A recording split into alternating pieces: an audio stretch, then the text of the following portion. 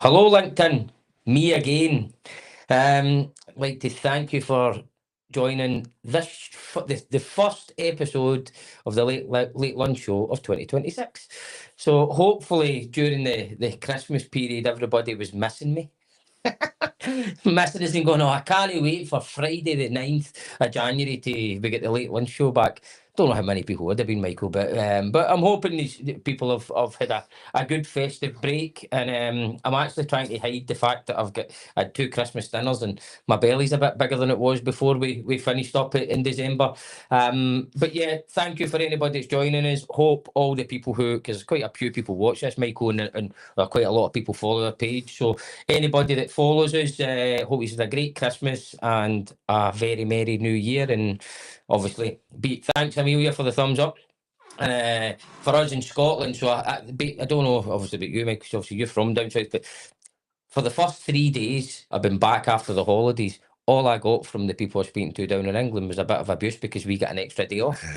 And I said to them, I says, well, you need to drink more, right? That's the reason why the Scottish people got that extra day off, because it's full of raging alkies.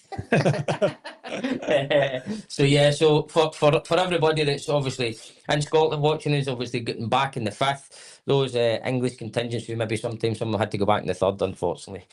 So yeah, hope you had a great Christmas, great New Year, all that kind of stuff. But let's go on with the show. So big shout out to Andrew, right? Bold Mango Media making this happen. Amelia's outside, so we've got Amelia back, our superstar actor who's been away doing shows, but she's back today to help us out.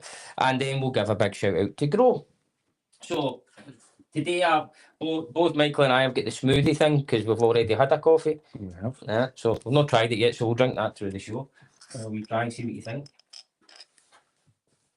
Good. Nice, isn't it? So I've got honeymoon slice again. Heather will get that. In fact, Heather's in the January get fit thing, so I'll maybe have to eat it myself. What have you got there, Michael? You've got It's a lemon meringue, so hold it up there, lemon Susie. meringue pie. Aye, looks nice though. Yeah, it Looks does. really nice. It certainly does. So, as we always talk about, the show is all about things that we think can help business. You and I spoke to each other, Michael, just before the holidays, and you are obviously a chair of Vistage, and we'll talk more about Vistage in a wee bit. But I thought I would great to try and get you on the show because I'd heard a lot about Vistage before, and again we'll go into that. And this show is all about things that could help other businesses, and things that I think a business could benefit from hearing, no matter where people are on their business journey. So for me, I think Vistage is something that any business who's trying to scale could get benefit from. And we can talk about the benefits just in a minute. But if you want, obviously we've had a chat. I asked you to come on the show because I think back to the reason that I do this is things that I hear and ask people that I meet that I think other people could benefit from, that either knowledge or whatever the business they're part of, or etc, etc. So we'll start off with you, if you can. Tell us a wee bit about yourself, how you ended up getting to here. Doesn't need to be War and Peace, but it's just because you didn't just become the chair of Vistage because you're just off the street. It's because you've got a lot of knowledge and stuff that's got you there to be able to add that value. So if you could share a wee bit about that would be magic. Okay. First of all, thanks for having me on the show. No problem. I guess, my journey started as a 16-and-a-half-year-old when I went in the army. I left to go in the army and telling my parents that I would never speak to them again, as you do, and realised after a couple of weeks I better write them a letter. And for the younger viewers on that's something you do with pen and paper and put a stamp on. But I wrote a letter to them saying, I'm really sorry, I need to come on leave in 10 weeks, and everything else was forgiven. So I was in the army for about 5 years. And then came out of the army. My dad worked in a glass plant down in Doncaster, as you can tell by my dulcet tones. I'm not Scottish. And I didn't want to do that, but I ended up going in there. I worked on shifts for about 5 years, which all the way through my career, I've said it was my apprenticeship. That's where I learned, I think, people and really understanding the value of hard work. And I guess that's where I got my value of a lot of hard work from. Went back to college, did my MBA. And then I was very fortunate that I had good sponsors within the company. We were a 4-plant UK-based organisation at the time. At the time of me leaving the organisation, we were 36 plants globally, so all through Europe, and 16 plants in the United States. So 32 years, which is unusual these days to have somebody for the same company, working for the same company for all that time. As I said, moved up to Scotland, which was a huge move for me then, thinking, 4 hours up the road and foreign language, of course. So it was quite funny for a 30-odd-year-old kid. And anyway, ran the plant up here and absolutely loved it. I still have a soft spot, as that's my first plant, and the first thing that I was really proud of doing was being the plant manager up here in Ayrshire. From there, I went over to Germany and ran a plant in Germany, which again started to teach me the difference in cultural values and cultural behavior and how people are in different sort of environments and languages and leadership in different areas. So I did that for a while and came back, and then was fortunate enough to run an operational excellence group throughout Europe. So I got all through Europe, working on standardizations, best practices, processes, learning everything about the business, how we could repeat it and gain synergies as we grew as an organization. And we built a playbook that when we bought a new plant, we could just take the playbook in and we could just get on with it faster and have synergies and obviously make more money quicker in the long shot. And then we started to grow even further. So I was part of a team who did the due diligence on our plants in North America.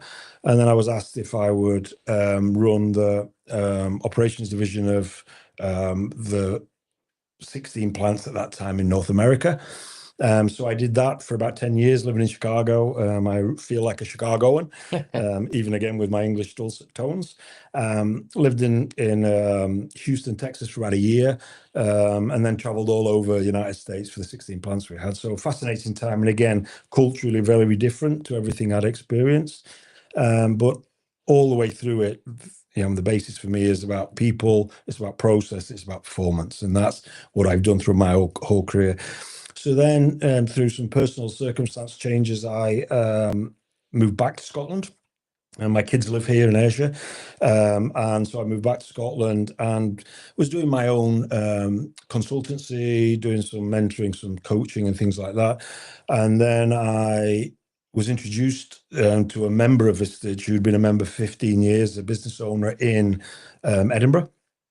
Spoke to her at length, and she was so positive about the benefits Vistage had brought to helping her to scale her business. And then when things were going up and down, she had a peer advisory group of friends and colleagues that she could, lean on to try and get advice or guidance or help, and was absolutely 100% supportive of it. So I decided to look a little bit more, went down to Southampton where the Vistage headquarters are, did the training, and the training was absolutely fantastic. And that leads me to where we are now, where now I'm building a group here in the West Coast, trying to keep us more towards Ayrshire as I can, but obviously, growing it wherever I need to grow it to try and get that group off the ground in the next couple of months. Yeah, and I think obviously we're now a founding member. Yes, you are. Congratulations. So I think one of we spoke about this earlier is in Ayrshire there's a lot of fantastic businesses. And one of the things we talk about in this show all the time, and we've Claire Baird in from the Ayrshire Chamber, and we've various other people in from that are Ayrshire businesses. We want Ayrshire to actually think bigger, right? And there's a lot of companies that are fantastic companies, but they're maybe just not thinking about seeing their full potential. And hopefully, as part of this group, we can help some of those businesses see that full potential and hopefully take it from, so they're maybe currently right now turning over 5-10 million, but they've got the capacity or the capability to be 100 million. It's trying to unlock that positivity in those business leaders to go, why not go and give it a go? And there's some people, depending on where you are in your life cycle and stuff like that, there's some people that might not want that. But there must be quite a few out there that do want it. So one of the things that we have been trying to do for a while is trying to bring all those businesses in Ayrshire together and go, right, how can we do this together? And then when you and I spoke, I'm going, wow, there you go. There's exactly the platform that can help do this. Vistage, you've got a group here of companies who want to take that next step. Because we're obviously, we're part of Entrepreneurial Scotland, and we've been part of a few of these different things, and we always seen Vistage as the next level for us in the next stage to take us to that next part of our business. And we will always be part of Entrepreneurial Scotland, always, because what the guys do are absolutely phenomenal. But when we're then looking at how do we embrace this type of thing in a global scale, that's when we see Vistage coming in. So how many Vistage members is there? Well, globally, 45,000 members worldwide. Vistage has been around since about 1965. Started off in the US, no. and ironically, there's more members outside the US now for the first time ever than there is in the US. So yeah, I agree with you that depending on where you are at any stage, there's no advisory group or group that you're part of that's wrong. Everything is beneficial to any business. Anything we can learn every day, because every day is a learning experience. I see Vistage as a really senior peer advisory group. And I think there are different levels of conversation that people want at different times. Vistage is not it's an evergreen. It continues to be there forever, and it's as long as the member wants to stay part of that group. And as I say, we have lots and lots of members that are there between 7 and 15 years. I think 20 is the max. I think, and it's incredible when you think somebody's been in a group like that for so long. I think must show the value that they've got out of that business, out of that team or that peer advisory group. Oh, 100%. As I say, at the end of the day, when you're a business owner or a leader or a CEO or whatever, your time is precious. So it's not even the money behind it, right? So people say time is money. When you're running a business, your time is precious, very, very precious. It's probably the most precious gem in your whole locker is your own time. And to be able to give that, to be part of this for that length of time, they must be getting a hell of a lot more out of it than they're having to put in. Yeah, and what Vistage are good at, Vistage survey their members very frequently. Yeah. And what they are very good at is identifying the key areas that CEOs, managing directors, business owners struggle with. And the number one thing that they struggle with the most is the isolation piece. It's lonely at the top. Yeah. When you're the decision maker, there's nowhere else it's going. So you need people to be able to share that with. And also, when you've got a new idea, you can't always test that idea down the way. Not always. Sometimes you can, but not always. So this is a group where you can test your ideas, test your thought processes, and you're going to be challenged with people speaking the same language at the same level. And also people who have no skin in the game. Their only part of it is to try and help you to grow your business. And the time piece is interesting because you're absolutely right, Jamie, that the financial piece at that level is not normally the biggest objection. It is time. And what I try to say to the people I'm trying to recruit, as we had a conversation about the same thing, it's not about what time you're giving up to go to it. You're going there to work on your business and not just in the business. Yeah. And so what I'm trying to say to people is, imagine how much time you could get back if you made a quicker decision, a better decision, a quicker hire or a faster hire, and avoided a mistake, or you managed to accelerate the implementation of something because somebody in your group had been through it and they could give you tips and ideas how to do it quicker, faster, smarter. Yeah. That's where the benefit lies. Yeah, and the likes of, obviously we've been part of peer-to-peer groups now for, well, me personally, for about 4 years since starting this business. Obviously Kane's now, he's part of Entrepreneurial Scotland as well. So we've always been quite fortunate that, well, if you look at me as the managing director of the business, right, and the owner, and obviously, but I've got Kane, so obviously it's our business, so we've got one another to bounce things off of. And when you go into these groups, you realise that not everybody's as lucky as that. Right, so we're quite good, and we're yin and yang. We're completely different from each other. So Kane's methodical thinking, I'm running about like a headless chicken trying to make things happen. So we work very, very well. But then you go and speak to people and they're like, I don't have anybody to ask, right? Because or even bit larger businesses, they've still got that. So you're sitting there as the founder, owner, or the CEO, and you've got a leadership team under you, but there's things that you want that you've got going on in your head that you can't even tell them yet. Sure. Right? So that's where these groups for me are, it's worth its weight in gold. And I think that some people underestimate that peer-to-peer support, and that's something that we definitely don't, and that's part of the reason why obviously we've joined this, because we understand that why do you want to make the same mistakes everybody else has made? And the same for us is if we can then share mistakes that we've had during our time, you share them, and it's phenomenal what can come out of it. And then also the other bit, Jamie, on top of that, is not just the business side of it. This is the personal side of it. Yeah. You know, especially business owners, they take it home with them because they live it every minute of every day, and it's not a decision with somebody else's money. Every decision you make affects the livelihoods of your employees. It affects the future of your family. So that decision that you make, you know, if you can test it out with people before you do it, if you can get it off your chest, so you don't have to sit at home over the dinner table talking to the wife about your problems. Aye. You know, when she gets worried about things, that you can test it out with people that have real conversations about real things. And you know, I think that's one of the other things people underestimate. Once you're in the group, you'll see the value of not only the business improvement and the growth, and the business improvement. Dun and Bradstreet data suggests that, well, it shows that businesses with a Vistage member in them grow 2.2 times faster than those without, regardless of market conditions. During COVID, Dun & Bradstreet said that a normal business shrank by about 4.7%. A Vistage member group grew by 4.6%. So the business piece, data-wise, is very clear. The personal piece is very difficult to measure, but it's absolutely there. I'll take two things off of that. So one was that it's your own money, right? So we had a conversation. So one of our vans during that icy period, one of our vans ended up getting written off, and we're talking to a woman about it. And she went, it's all right. It's a company van. That's fine. Well, no, it's no fine because it's your company. It was me and Kane standing there. It's your company. It's your money. She went, oh, well, no luck.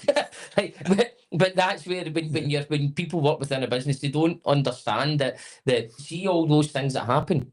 What that means, it's not just money that comes out this big imaginary pot. That big imaginary pot is basically Kane and I's. If all that goes wrong, me and him's no paying ourselves, right? And people don't understand that. They just think that it's the business money, and it's not the business money. That money still belongs to a person if they're a sole owner of a business, or a bunch of shareholders who are owners of business. And it's just amazing when you get people that go, it's all right, it's just a business. Exactly. That's one thing, but you're talking about the family part of it, right? And I've been trying to get my missus to come on this show since I started it, right? Because I think that show would be outstanding, because realistically, and I say it all the time, she's the person that suffers the most. Her and the kids are the people that suffer the most by this growing business, right? It's not really me. Yes, I'm going through all the rest of the stuff and the stress and all the stuff that you do as a business owner and a business leader. But she's having to sit in the house and she's like, obviously, I don't know if I've told you this, but there's between us, we've got 6 kids, right? One of them's obviously in America, so he's up and away. So in the house, we've got me, my missus, 5 kids and 5 dogs. So she's like a single mother of 5 kids and 5 dogs, right? That's not an easy job. And so I'm away in work mode, and you're even when you're here, you're in work mode. When you're away, you're not seeing her. She's the one that suffers for all this, and you go, that's the true. See, that is the true voice of how painful it can be to run your own business. But she's not going to come on. She says she's never doing it, but I might just secretly video her one day when she's moaning at me. I don't think you get away with that. But yeah, I agree absolutely, and I think, again, going back to the benefits of peer advisory groups, are everybody around that table is going through the same things. Yes. In my career, the same things. You know, you've got something happening, you try not to take it home, but you always take it home. 100%. And the problem, you're watching the telly and your head's somewhere else. Your head's not necessarily watching the program, or they're asking you a question and you drift off into space, and those sorts of things, where if you can get some of that out and have them conversations with other people, then you may be able to go home and enjoy the time home. And, one of the things that we do within the Vistage group, about every third meeting, we bring in some really high-level speakers of, all topics imaginable, subject matter experts that talk about everything. And some of it is, how do you deal with some of these things in your own person, which is very personal. We do things on AI, we do things on marketing, conflict resolution, all the topics that leaders need to be able to understand. But this is in a smaller environment. 12 to 16 people. So you get a real opportunity to have in-depth conversations and come away with real actions. And then the follow-up of that, the one-to-ones with me, we'll talk about how you're going with that, what's happening, are you dealing with some of those things? Because it's critically important that if you want your business to be successful, you've got to be in the right place to be successful. So that's part of it as well. Yeah, no, 100% agree.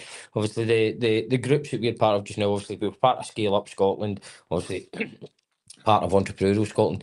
See, when you're leaving that event, right, you've had all your peer-to-peer conversations, you're leaving that event, and I used to say it when we were driving out of the Blair Castle, you're driving out that Blair Castle and you're taking over the world, right? That was it. And then you're driving out, you're taking over the world, then obviously you've maybe, you think your staff are sitting going, ah, for God's sake, he's away to one of these events again. See, by the time he comes in here, we're not going to have 100 times more work to do, because you're then focused on, right, I'm going that way. Then through time, you then get brought back into the business a wee bit, then you're dealing with all the day-to-day stuff. Then you go again and it's whoosh. So you're going up, right, do that, plateau a wee bit, then up again. And that's for me what I see is the kind of stepping stone. And that's what we've kind of used these peer-to-peer things for within the business is you're driving up a wee bit, you then plateau out because the normal day-to-day comes in, then you're just using it as a kind of a stepping stones.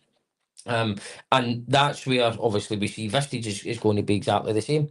Is see you're away for a day, right? You're leaving that day, and yes, your thought process is one thing when you come in. See, when you go out, you're thinking something different because you've learned off of people. And that's, I think, where Vistage is slightly different than a lot. Scotland does a fantastic job supporting its businesses. I really do mean that. And a lot of the peer advisory groups that are around are great. What's slightly different with Vistage is this is forever. It's not a fixed term program. Yeah. So basically, this is you. So we're going to top that up till the end of time, if that's what you choose to do. Yeah. And my share of my group will be to get your value, because if you don't get member value, then you're not going to be happy with that. Yeah. So continuously getting member value, and I keep going back into the members who are longer term, then they want to be in, they're not staying in there for 7, 10, 15 years if they're not getting member value. But once you build on layer over the years, you're getting more value all the time. It's not just a fixed program, because that's what we don't want it to be. Every time we get a month and then we forget about it in a month, because I'm going to hold you accountable to that all the time, saying we said we're going to do this, why aren't we doing it, what do we need to do differently? And that's part of the conversations that we'll have on a monthly basis in the meeting, and then the monthly one-to-ones that we'll have. The other thing that you get as part of the Vistage offering, which I think is fantastic, is you get an access to a online portal. And on that portal, there's 45,000 members on it. If you've got a question about something, and we know you're looking to sort of move and do and grow your business, if you want to ask a question, you can ask a question and somebody will come back globally with an answer. There was an example of that of just after Brexit, somebody was trying to expand their business into France, and he needed some kind of a warehouse as a staging post because of import-export issues. And he put a message on there, and they came straight back, and he was in France a couple of days later looking at this guy's company who was doing the same thing, and he gave him some guidance. And I think that's worth its weight in gold, because you've got a question you can ask somebody who's directly involved in the same things.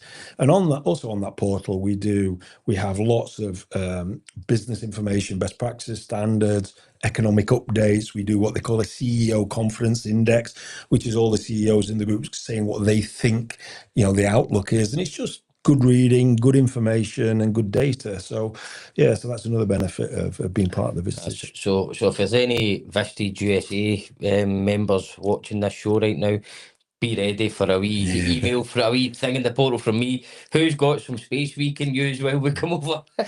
And I think that's the other thing. That's an absolute question you could ask, and I'll tell you, you'll get some answers. And I think that's the other important piece of networks like this. I've got a couple of members that are starting to expand into the US right now. You're in a group where 3 or 4 of you are trying to do the same thing. Then all of a sudden you're all having mutual conversations, and somebody may be a little bit further down the line, and you can catch up quickly, and other people may be further behind, and you can all move at the same time. So I think there's lots of information and shared experiences which are important within the Vistage offerings. No, it just to see where we are in our journey. It sounds like the that's the reason why I've signed up, but it's the next logical step for where we're trying to go. As I say, if you've got access to a network that's 45,000 people globally, right? Let's just take numbers. Say it's 10,000 of them are in the US. We're going to try and get into the US. We've got probably 10,000 open doors that I'd be happy to at least have a chat with us. Why wouldn't you? Well, absolutely, without question. Why wouldn't you? We've done some of that. We've did it, obviously, do a lot of stuff in Ayrshire at the moment. And what I've always said is, see if you're a member of the Ayrshire Chamber, for example. Yep. Right, Which I am. Yeah, there you go. So we're both members. But what I say, so we were doing some stuff on our net zero accelerator programs and things like this, and the guys were saying, how do we get in touch with these customers? I went, phone up all the Ayrshire Chamber members. I says, because see if an Ayrshire Chamber member phones me and says, hi Jamie, I'm an Ayrshire Chamber member, I think there's something that we could do to help you. I'll have a conversation with them because they're part of the same group that I'm passionate about. And then I see Vistage is something very similar. So hopefully, if we're going to look out in the States and we're saying, could somebody help us and give us information on this in Oklahoma? Somebody comes back and says, I'm based in Oklahoma, I can have your wee hand, can we get a Teams call? Right, and just that alone, that's worth its weight in gold. Because see if you're trying to go and find information out about something that's completely alien and it's the other side of the world and you don't know about, not having people that can help you in these things could be very, very dangerous. And, as a result of that also, what we provide in Vistage, this year we had a CEO Connect meeting in Birmingham. The speakers were Tim Peake, the astronaut, and Sarah Davis, MBA, and all of the senior CEOs and managing directors, business owners. We were down there listening to some unbelievable presentations. I mean, from Tim Peake I think he has the edge over us all because he's talking about looking down from, space to the earth and telling us stories based on that. But he was fascinating and just an incredible listening to the amount of questioning coming from business owners was incredible. Yeah. And in that time, if you came down to that, you would be mixing with people from the UK, all over the UK and Ireland, who are having similar issues and problems, and the connections there was fantastic. Then on top of that, we run social events in Scotland. So we have lots of groups in Scotland at Vistage. I think there's 7 chairs in total now building groups, and we've got 2 or 3 groups. And we get together at different times for social events where you then get to interact with other groups, which also helps. And I think that was because that was one of the good things that we did a lot with Entrepreneurial Scotland, was that cross-fertilisation of the cohorts. So you had your own little cohort where you basically become best friends, right? So the cohort that I've got in Entrepreneurial Scotland, we're all really close. I mean, I'd do anything for any of those guys. Same as my scale-up cohorts, I'd do anything for those guys. So you've got that, but then getting to meet other people in different cohorts, because you all get to know each other actually quite intimately, because in those groups you're sharing stuff that you probably don't share with anyone else in your business life most of the time, because you've got your good stuff you're talking about, but you're also talking about the stuff that's really keeping you awake at night and really hurting you. So you're becoming quite really, really close. But then getting to meet all these other people who you're going, do you know what? Them in, I don't know, in Edinburgh membership, I could really be doing with speaking to them. Right, okay. When we have the next thing, you going to, yes, right, we'll get a beer or whatever. I think that'd be really good. The first time I was actually ever introduced to Vistage was at an Entrepreneurial Scotland event, and I think it was in fact it was in Evelyn Partners up in Glasgow. So it was there, and I can't remember the name. So it was a guy and a lady for Vistage that were up talking on the stage about it, and I was like, I really, really like the sound of that. And that again was a wee kind of social thing, and you're going, this is the type of thing you want to be doing when you're a business owner. Relaxed, good. You're around people that you can hopefully learn from, and it was a great atmosphere. And I can remember at that point going, I would love to start doing more of this, and now we're going to be. Yeah, and I guess leading on from that, so when you start this journey, you have to decide what it is you want from your group. And what I want from my group is people who want to continuously learn, because it doesn't matter if you're a CEO of a 1 million business or a billion business, or if you're a 10-year CEO or a 1-year CEO.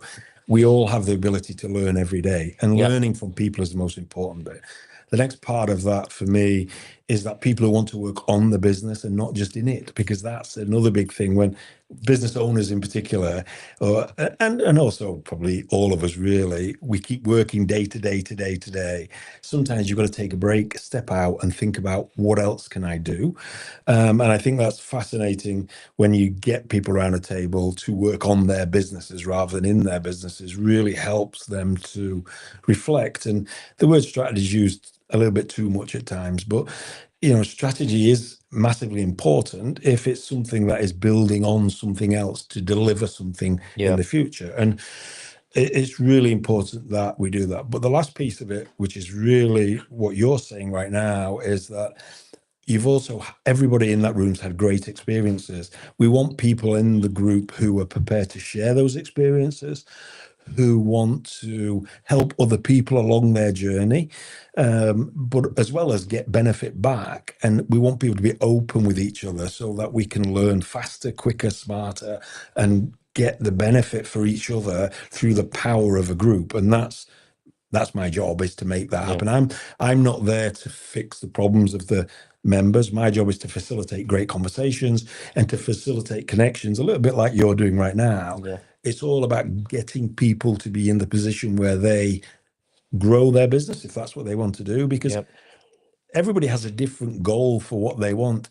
And I would see it success if somebody said, I'm here for 5 years, then I want to sell my business. Well, what's the goal? The goal is to grow the business, or to make the business saleable in 5 years.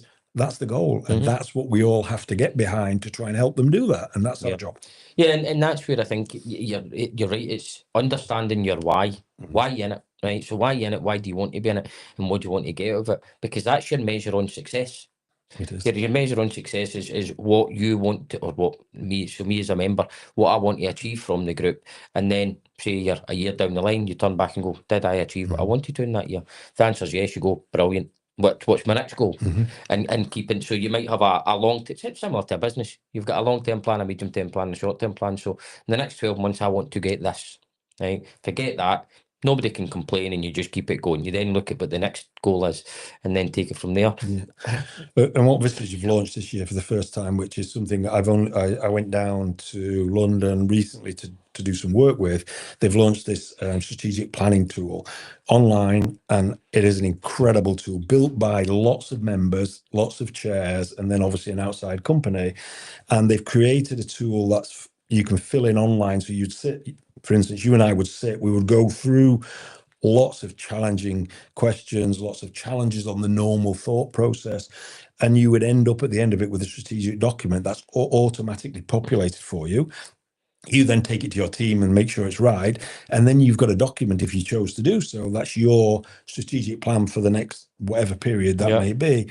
But the great thing about that is a lot of businesses, we build strategies, but we don't have any way to necessarily drive the right questioning or drive the right outcome. So this is going to help just to focus that a little bit. And the feedback we're getting from across the globe at the moment on this tool, because it's used everywhere, is very, very positive from our members. Yeah, extremely positive. Well, we're keen to see that, as I say, because we've been doing quite a lot of strategy stuff at the moment internally. So we had our strategy away day back in September, because we same as any growing business, you're trying to grow. You're trying to build a management team, a leadership team, so as the founders and the business owners can then move on to the next thing. So it's like basically building a house. So you're building a house, but you're then having to try and get people that maybe not be involved that much in developing strategies to think strategically, think about different things, and you're investing in people's development as well. So we had that strategy away day, which was great, because it learned us a lot about where we were, where some of the strengths we had, and then also some of the maybe weaknesses we had. Since then, we've then been involved in doing the international selling workshop and strategy away days with SDI, which again was then the next stage onto that. So see, being able to have something like that you can then automate and deliver across a team. It's amazing, because these things take time, and they take a lot of thinking. But if you've got something there that can assist with that, then it can maybe be that you say, right, okay, here's the strategy for the next 12 months. We'll review it in 6. We'll continually monitor it, blah, blah, blah. And I think, from my experience, and this is just my experience, is that a strategy without an action plan and an action plan without any follow-up And an action plan without follow-up and without the execution piece at the end is really just a piece of paper. 100%. And It's a dream. I think it is. And that's because I think what's important, what you just said there, you took your team out to go and do that. And that's the bit that I think has changed a lot over the years, in that the team helped to build that. It's not something that the senior leaders give to the team, because at the end of the day, if you give somebody something, it's not theirs. They don't own it. Yeah. If you can build it with them, of course, then you all own it. Of course, there are pieces of it that you have to make the final decision with, and that's fine. But if you can involve your team with it, I honestly, believe, in my own personal opinion, that you've got much more chances of a success. And then the other piece is the follow-up and the execution. You've got to keep making sure that people are held accountable in the right way to that plan, because that's what you've all agreed. And it's not your plan, it's our plan. And that's very different, I think. And I think the successful businesses over the years have really been places where everybody's committed to the same strategy. Yeah, and that's what I try and do is lead our business now, and taking the good, trying to do more of the good that I've learned and I've experienced through my time, and do less of the bad things I've experienced and learned through my time. Because I've had sales jobs where you did well and you get given a target which is now 30% more than it was last time, and you had you'd no influence in it. You'd know it's just you turn up to your annual appraisal, and it's right, okay, so you did £1 million last year, we need £1.5 million. Well, okay, so you meant to magic that up, and you don't have any, that it's not your target. And I'm like, that's wrong. Because that person doesn't know enough about what's going on in my area, let's say it's an area, to be able to say that there's another 50% on top of that that's achievable right now. So it's all right saying yes, and you people go nod their head, and then just underachieve. That doesn't help anybody out. No, and then usually they bonus them on the number, and then they don't get the bonus. So you're actually demotivating somebody, not motivating somebody, based on an arbitrary figure that somebody just plucks out of the air. Correct. And then what happens is the person leaves. Exactly. So that's not what we do. So you're trying to, and again, starting this business from afresh, it's been great because you could try and instill that culture as you grow. And that's where I've noticed this before. Obviously, I've been part of kind of starting up a business before internally within another business, but I've then also took over a lot of other parts of businesses. And see, when you're trying to install a culture to an established, sometimes mature organisation, it's challenging. So that's why I'm saying, let's try and make sure we do it right from the beginning. Yeah, and I think from my experience is living in Germany, completely different culture. United States, completely different culture. Scotland to England, different culture. And it's whether or not, at some point in my career in the early days, you would try and say, well, we can do the same everywhere, but you develop and learn that it's actually not. And some of it is just nuance of language. Some of it is just change of wording. Some of it is just smaller things, but you've got to know they're there. Because if you don't know they're there, then eventually you'll just keep working, and it'll never come to where you want it to be. And I think people are the bits that they're the bits when you talk about culture. If you want to create a culture of positivity or engagement, or you've got to work at it. It won't just happen. And it's okay reading the books and putting the posters up on the walls and and saying this is what we want. You've really got to live it and breathe it. And if you can do that, then you're going to be more successful. One of the things that we're trying to do as we're taking on and we're moving into the international markets we're going to go to is, and I've obviously heard this from various business leaders throughout their time, and we totally agree with this, is try to get somebody maybe that's already in the business to go and run these, to kind of start them up. So again, what you've got is the business's values, culture, all that kind of thing that's ingrained, which is the things that make who we are good over there in that other location. So that can be there, led from the top.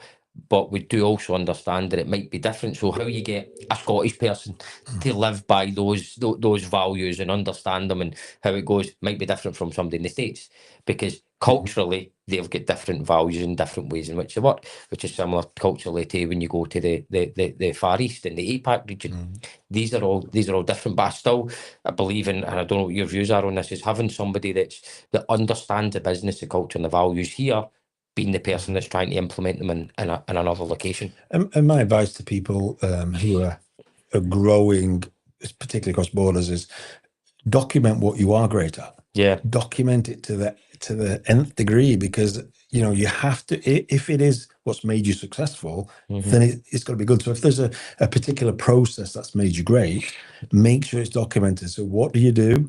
The detail of it, photographs, videos, whatever it is, have it all ready so that when you do move and buy somewhere or move into a new, you can give them a document or some playbook. information that they can just say, bingo, that's it. So you then, because that's what's made you great. Yeah. And don't forget, you mentioned it earlier on, don't forget the why you do it. Yeah. Because, I learned quite early on, especially around best practices, we've got people doing the job, you show them what to do, but then you never tell them why. But once you tell them the why, it makes them understand more and more and more, and then they're more likely to be committed to the task.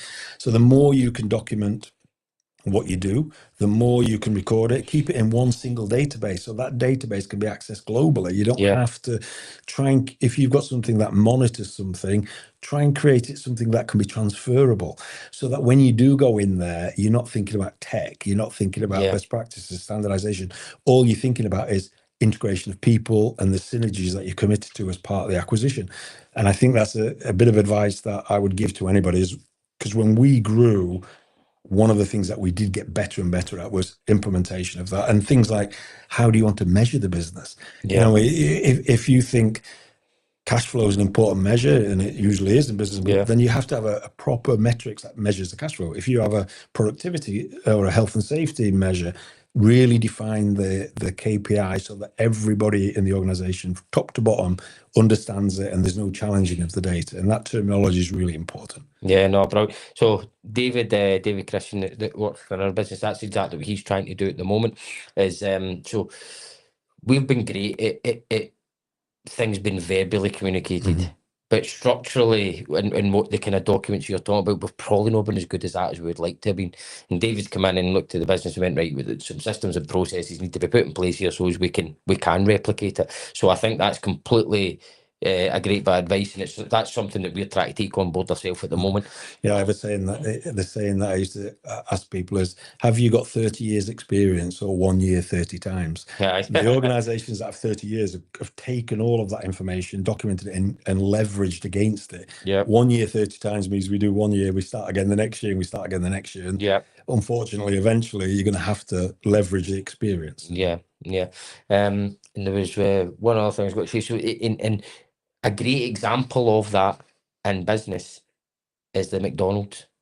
So McDonald's is an absolutely amazing example of that. Is every McDonald's, so McDonald's created a blueprint, and then they just went, that's worked, replicate it there.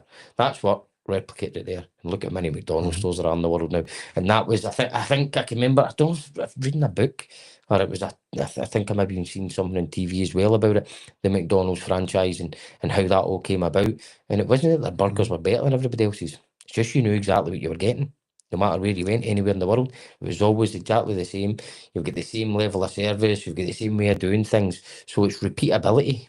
And they're having to evolve right now because the world's changing, isn't it? So they're trying to evolve and trying to do different things, and that's just what business is. They've set the model, and now that it's really successful, and now they're having to modify that, and that's an important part as well. Well, one of the worst things I ever did was take Just Eats, right? Because now when you go into a restaurant, there's just a queue of Just Eat drivers taking away.